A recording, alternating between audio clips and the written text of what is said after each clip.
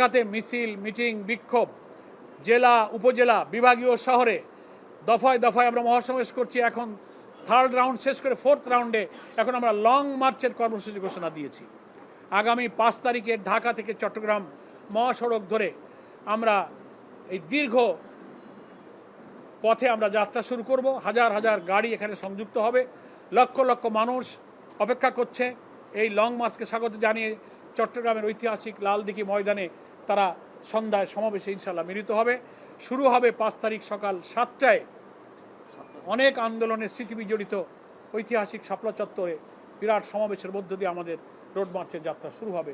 Long মার্চের AKS অর্জন করলো গিনেস ওয়ার্ল্ড রেকর্ডস।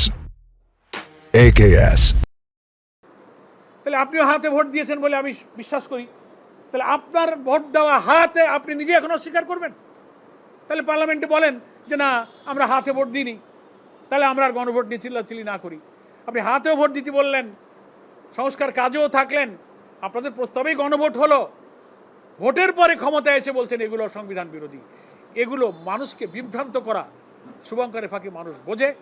তাই জনগণকে, জনমতকে জুলাই সনদের পক্ষে অনুকূল রাখা এবং এই জুলাই সনদ যার ভিত্তিতে গণভোট হয়েছে সেইটা গণভোট বাস্তবায়ন করার দাবিতে আমরা সেই 6 মাস ধরে কিন্তু প্রথম দিন থেকে পার্লামেন্ট এবং রাজপথে নিয়মতান্ত্রিক গঠনমূলক কর্মসূচি আমরা ঘোষণা করেছি।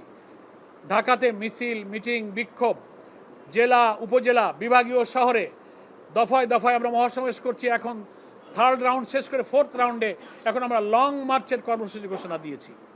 আগামী 5 তারিখে ঢাকা থেকে চট্টগ্রাম মহাসড়ক ধরে আমরা এই দীর্ঘ পথে আমরা যাত্রা শুরু করব। হাজার হাজার গাড়ি এখানে সংযুক্ত হবে, লক্ষ লক্ষ মানুষ অপেক্ষা করছে। এই লং মার্চকে স্বাগত জানিয়ে চট্টগ্রামের ঐতিহাসিক লালদিঘি ময়দানে তারা সন্ধ্যায় সমাবেশে ইনশাল্লাহ মিলিত হবে।